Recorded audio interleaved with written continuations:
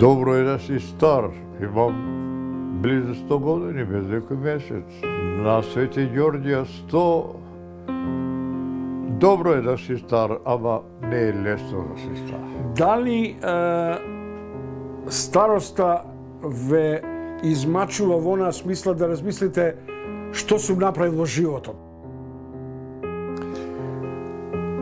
Па човек се враќа и размислува што е тоа добро што сум направил и што е тоа лошо што сум направил.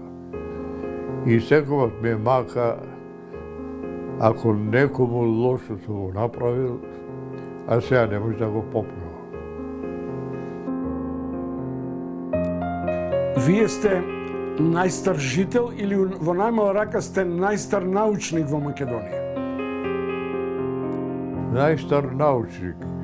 Не сум најстар жител, зашто има и други 100 годишњаци, а и постари од мене. Аз сум најстар член на Академијата, зашто сум од првиот ден. Најстар сум научен работник, затоа што сум прв и единствен жив меѓу универзитетската заедница основана 1949 година, кога се основа универзитетот во Скопје. За жал, не знам да е уште некој жив од нив.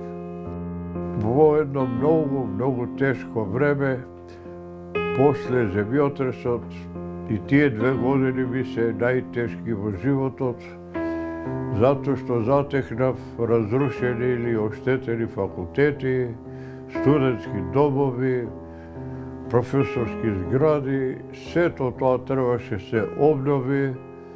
Успеавме да го направиме и се дигна универзитетот како феникс од пепелот.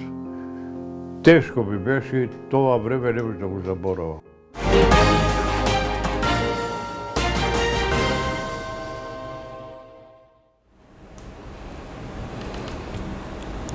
Добро вечер. Тоа беше акцент од подолгото интервју со академик Ѓорги Филиповски. На 6 мај наполни 1 век живот, го ситни вториот век од својот живот. Како моја прва програмска задача со отвореното студио замина во Охрид. И таму ме дочека виталниот Ѓорги Филиповски. Еден од тројцата основачи на Македонската академија на науките и уметностите заедно со Харалампија Поленаковиќ и Блаже Коневски. Ѓорги Филиповски е еден од доајените на науката во Македонија, истакнат проучувач на почвата на Македонија со своето епохално енциклопедиско издание и, да речем условно, ме остави мене без текст, а и академиците кога 2017 на 50 годишнината од формирањето на МАНУ, без еден збор напишан, одржа беседа која се памети. Лани ми беше домакин во Охрид. Кога го снимав, имаше и ми се чини дека му останува кристално јасната мисла, прецизен исказ, слободоумност и морам да ви кажам дека еден од ретките академици кои не бега од политичките теми.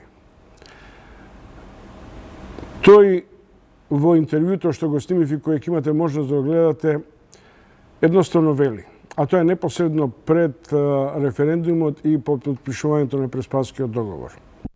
Не преименуваа, не поробуваа со векови, не го менуваа името, но со векови бевме и остануваме македонци. Му благодарам на академик Ѓорги Филиповски што пред 2 до 3 дена во едни попладневни часови ми се јави вика Чомо, во четврток во МАНУ ќе ми одбележат 1 век живот. Ми причинува огромно задоволство што добив таа лична покана и ќе бидам присутен да го видам Ѓорги Филиповски in life. А видете го вие како изгледаше моето интервју со академикот Ѓорги Филиповски.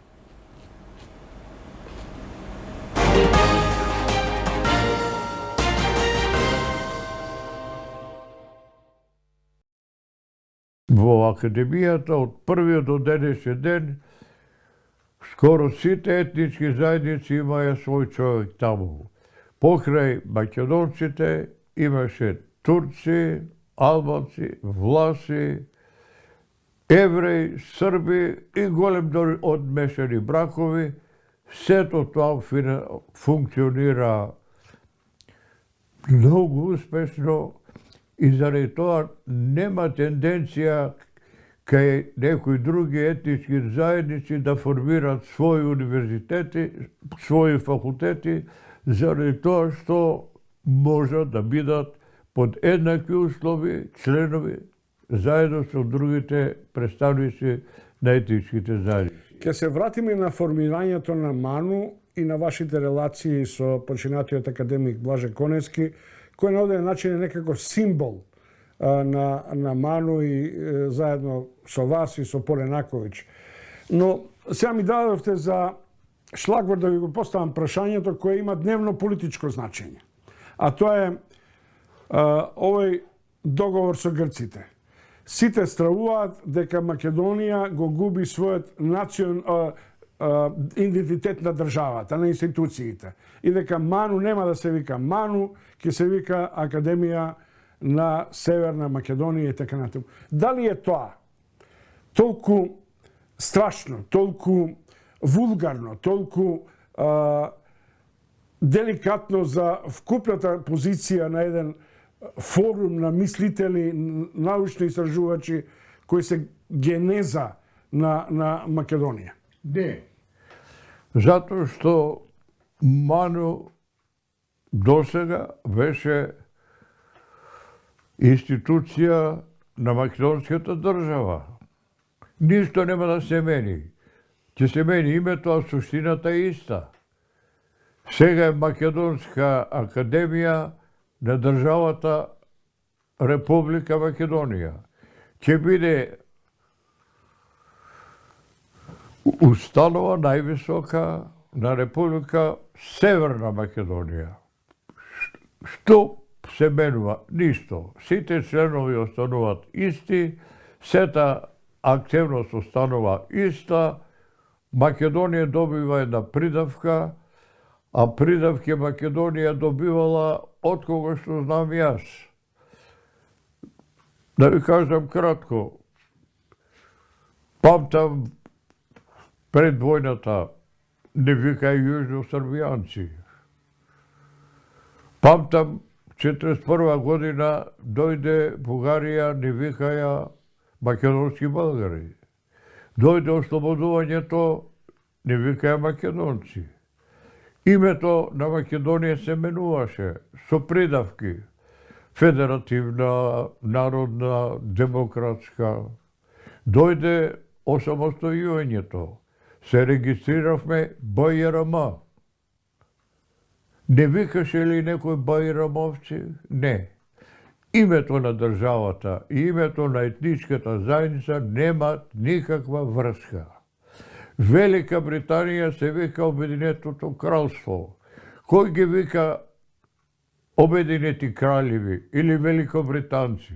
Таму живеат англичани, шкоти, велшани, ирци.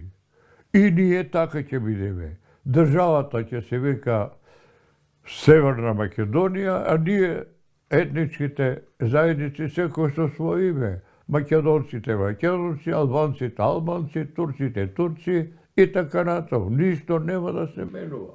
Од каде во овие региони? Зошто, например, одредени академии станаа средиште на националистички пориви, на големо државотворни аспирации, создавање на големи држави, вклучувајќи ова идеја еден ден на обединување на сите територии на единствена Македонија?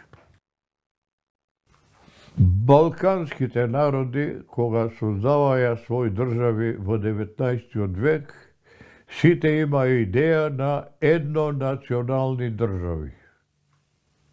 На Балканот не може да постојат еднонационални држави. И ако сакаме да создаваме еднонационални држави, тоа значи да војуваме Сетите се на 91 година, Босна што стана.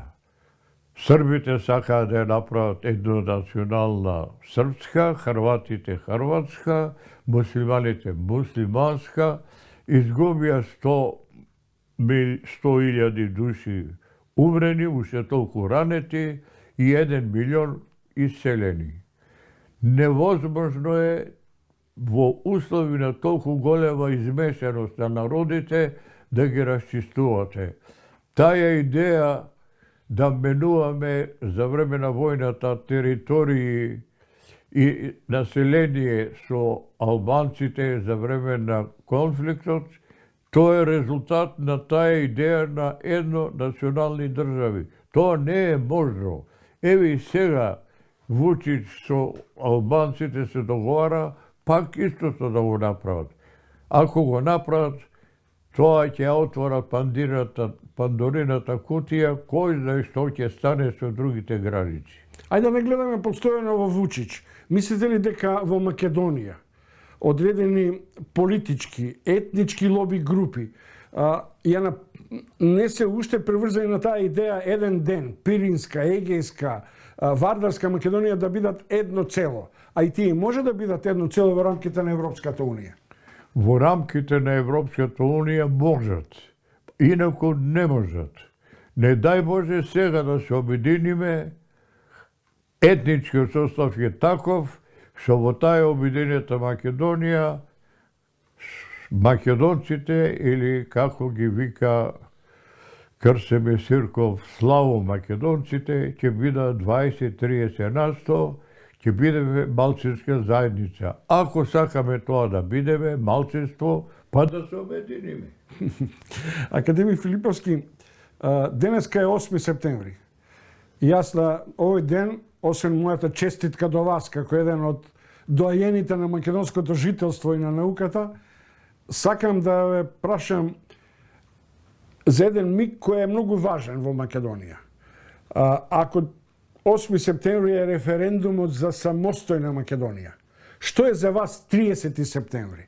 И тој референдум во кој ние, граѓаните, треба да решиме за каква иднина, за каква Македонија ќе се определиме. За ваква каква што е, за можеби некаква етничка Македонија или за некаква европска Македонија. Чомовски, кој ќе живеете долго, многу работи преживувате.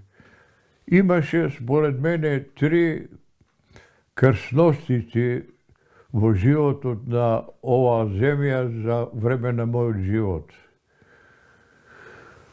Првата беше НОБ и АСНОМ. Нашите генерации ја создадоја оваа земја.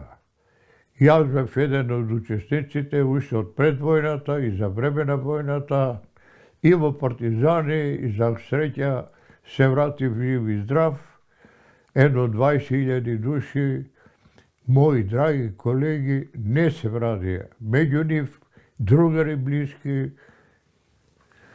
и роднини не ми се вратија. Такво време беше, бевме идеалисти, да не речам утописти, сакаме да создаваме држава и да градиме социјализам. Тоа е правата вистина. Тоа е првата раскрстица. Во таа раскрстица левите беа за ослободување на Македонија, десните беа тие сега што се за самостојна Македонија беа слуги на окупаторот. Ниеден ВМРО-вец не заде пушка да се бори против Бугарија. Кога Македонија припаѓала на царство Българија, секој пат се забожаваше на самостојна Македонија. Меѓутоа, факт е дека големите дејци, вклучувајќи го предсе Мисирков, а и подоцна Влахов, во средиштето на идејата за Македонија, ја продуцира и ја работеа на територијата, да речем, на Бугарија. И тоа не е никаква срамота на овој начин да го признаеме. Мисирков и Влахов се исклучуци. Малцинство. Мнозинството не мислеа така. Тоа се светли имиња. за Македонија, има многу што не се светли имиња. Уште нешто ќе ви кажам, за време на Балканската војна, првата Балканска војна, втората Балканска војна, за време на Светската војна, када беа овие патриоти борци за самостојност? Сите служеа на туѓа држава. За време на првата светска војна имаше дивизии, така наречени ополченски, составени од македонци, кои што отидува на Едрене да се тепаат.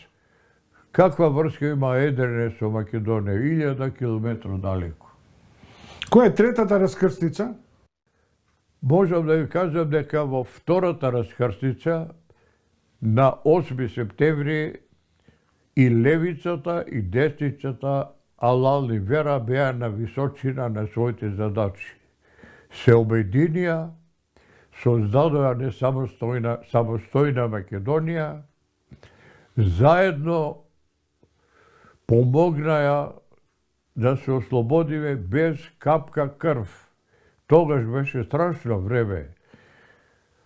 ЈНА одвај чекаше да има некој инцидент за да се осветат. Како во турско време беговите што ги пуштаја појасите за да ги изгазде некој за да може да го убијат, така правеа и тие. Она што мене ме изненади тогаш и што сега ми е многу драго, ниеден од ВМРО не направи никаков инцидент, иако беа наоружени многу илјади луѓе од нив.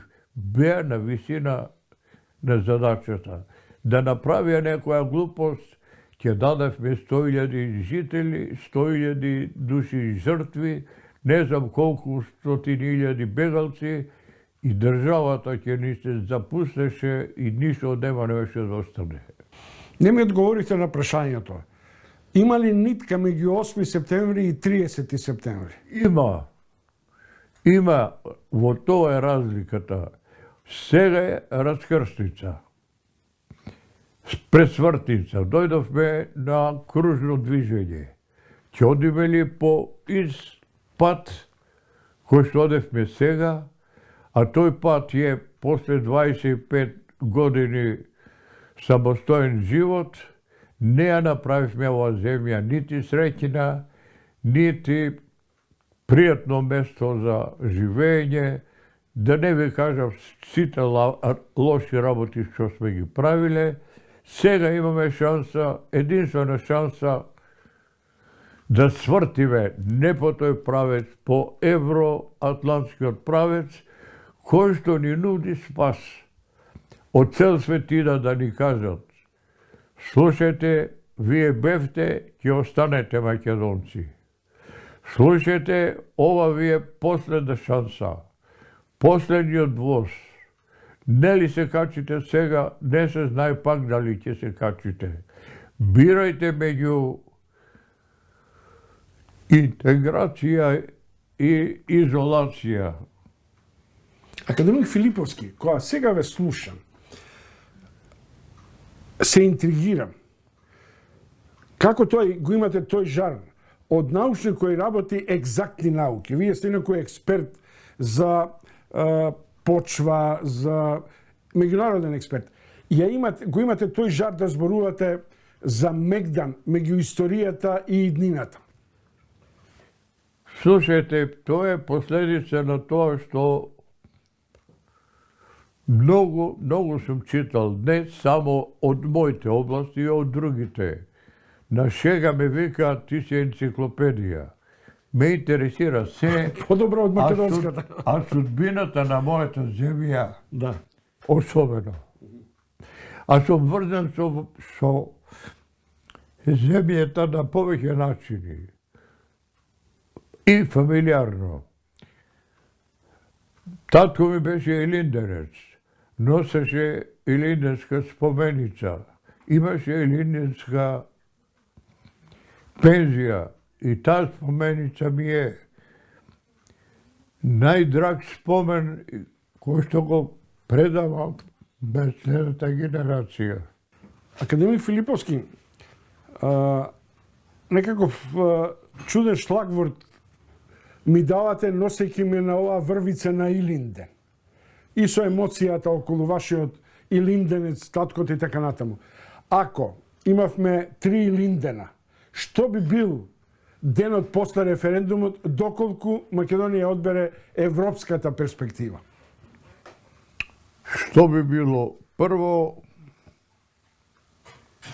ми се чини повеќе нема да правиме такви глупости како што сме правиле досега. Меѓу етничките односи ќе се поправат. Врските со соседите ќе се поправат. Нема повеќе да мислиме дали ќе не биде или нема да не биде. Ќе бидеме безбедни, без друго. Нема да имаме толку многу безработни како досега. Нема да земаме пасоши со туѓи имења, со туѓи етнитети на пасошите, а сега толку многу се бориме за нашиот етнитет. Нема да имаме таква сиромаштија. Ќе се менат многу други работи. Нема да имаме кризи како што имаме досега, да не ги споменувам истерување на пратеници од стопанството и на новинари, да не го спомнувам 27. април, тие одзверени лица што ги гледав, кога ги покажуваат на телевизија, ги вртам главата, а кога го гледам Ѓорчев како ги брани, му се дивам. Имам уште едно прашање врзано околу оваа димензија. Иако ќе ви давам шанса да кажете што би било после 30 септември, освен овој социјален или развоен аспект. А тоа е следното. Ако е тоа ваш став, ако е тоа на оден начин убедување на значаен дел од академиците, од науката и така натаму, зошто науката, пред се Ману, во еден период беше заглавена во својата историска матрица? Зошто, например, науката, што е нејзин основен белег, не се занимава со футурологијата, со перспективите? Од тоа го ве прашувам, зашто нас тоа ни не достига. Како да ви кажам, луѓето не знае дека Манов се состои од 45 луѓе и од 45 разни науки и специјалности. Тие представници од општествените науки, економисти, правници, лингвисти, историчари, да не редам, тие на еден начин мислат, а ние од природните науки други. Да кажеме, кај мене националната припадност, идентитет, едно друго, поинако звучи отколку кај нив. Јас сум стручнjак за почвите. Почвите се образуваат секаде. Ги гази секој. Дали албанец, или македонец, или кој да ги гази, истите се тие. Не мислат така историчарите. Не мисли така лингвистите. Видите сега што остануваше со овој законот за јазиците. Лингвистите дигна голема бука, а забораваја дека 10 години не добиваа пари за да го проучуваат јазикот, 10 години не дигнаа глава зашто не добиваа млади научни работници, 10 години не дигаа глава зашто семинарот немаше пари, 10 години не дигаа глава зашто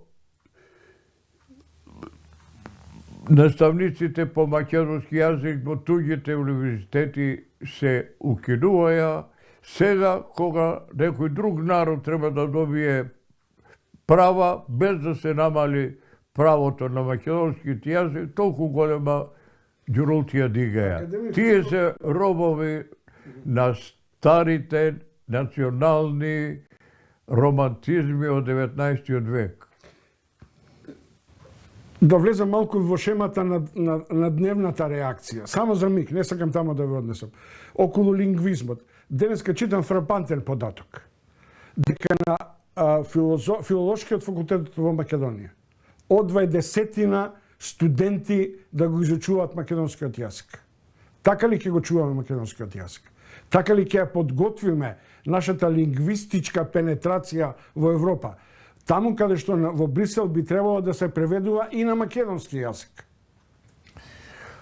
Што да ви кажам, тоа е истото, тоа е што ви зборам. Најголемите патриоти кои го бранат македонскиот јазик дозволија да дојдеме до таква ситуација. Тоа не е веднаш направено, тоа е резултат од 10 годишна негрижа за македонскиот јазик. Академик Филиповски, уште само еден аспект, па да се вратиме на ману, на срцевината на вашето обстојување. Вашите реакции. Бевте еден од академиците кој застана зад погубноста на потезите да се илустрира Славко Јаневски, еден од бардовите на македонската литература. Бевте еден од ретките, односно од ректорите, екс-ректорите кои застанаа зад идејата и зад протестите и поддршката за можноста да биде загрозена автономијата на универзитетот со оној несреќен закон за високо образование 2015.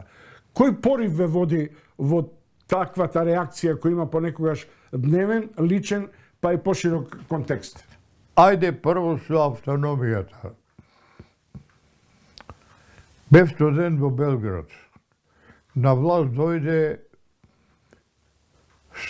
Стојадиновиќ. Се сеќавам. Тогаш исто така прочитав дека сте биле на браниците со штрајкот на студентите. Стојадиновиќ, профашиста, се сеќате и конкордатот, удри на црквата и удри на автономијата на универзитетот. Јас бев тогаш секретар на Друштвото на студентите агрономи во Белград, а председателите на друштвата сочинуваја акционен одбор универзитетски, Лола Римар беше председател. Одлучивме студентите да штрајкуваме заради одземање на автономијата на универзитетот. Универзитетскиот совет и ректорот застанаа на нашата страна. И тие штрајкуваја и за еден месец Стојадиновиќ мораше да го повлече законот. И сега правам споредба со тоа што се случува кај нас. Го нападнаја автономијата на универзитетот, се побунуја професорите, ама за жал 200 професори меѓу 2000 професори. Универзитетскиот совет не мрдна со малиот прст. Ето, заради тоа го направи. Тоа е интелектуалното кредо на Универзитетот Кирил и Методи, да речем? Тој капацитет на реакција од 2000 професори само 200 да ја барат слободарска димензија? По моје мислење, 10 годишното владење со извонредна пропаганда, која што беше дури полоша од Гебелсовата, го мена мислењето на голем дел од интелигенцијата, која беше прогресивна во моје време, кога бев јас професор, и не би рекол сега дека е во голем број таква, затоа што другите малку по малку преовладуваја, дојдеа, како што би рекол Ѓорđe Балашовиќ, неки млади клинци. Сега ме прашам лично. Ајде. Како успевате да одржите својата ментална активност, менталната кондиција? Вие зборувате со голема доза на мемуаристички пристап И како успевате физички да се одржите, бидејќи ве гледам, уште сте активни, одите.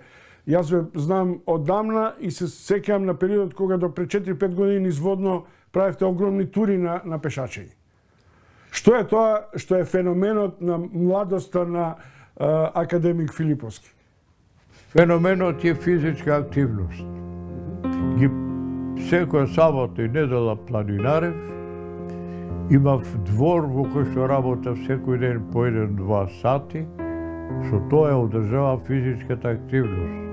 Летно време, во ова викендиста кај што вие сега, доваѓа по 1-2 месеци пливав, до пред 3 години пливав, до пред 3 години возев кола, благодари на тоа. Освен тоа, професијата ми беше таква што по 2-3 месеца бев на терен. Физичката активност е основен елемент за здравје. И други елементи имаше. Избегавав судири, се чував душата. Така тато ми викаше, мачи си ја мршата, телото, чувај си ја душата.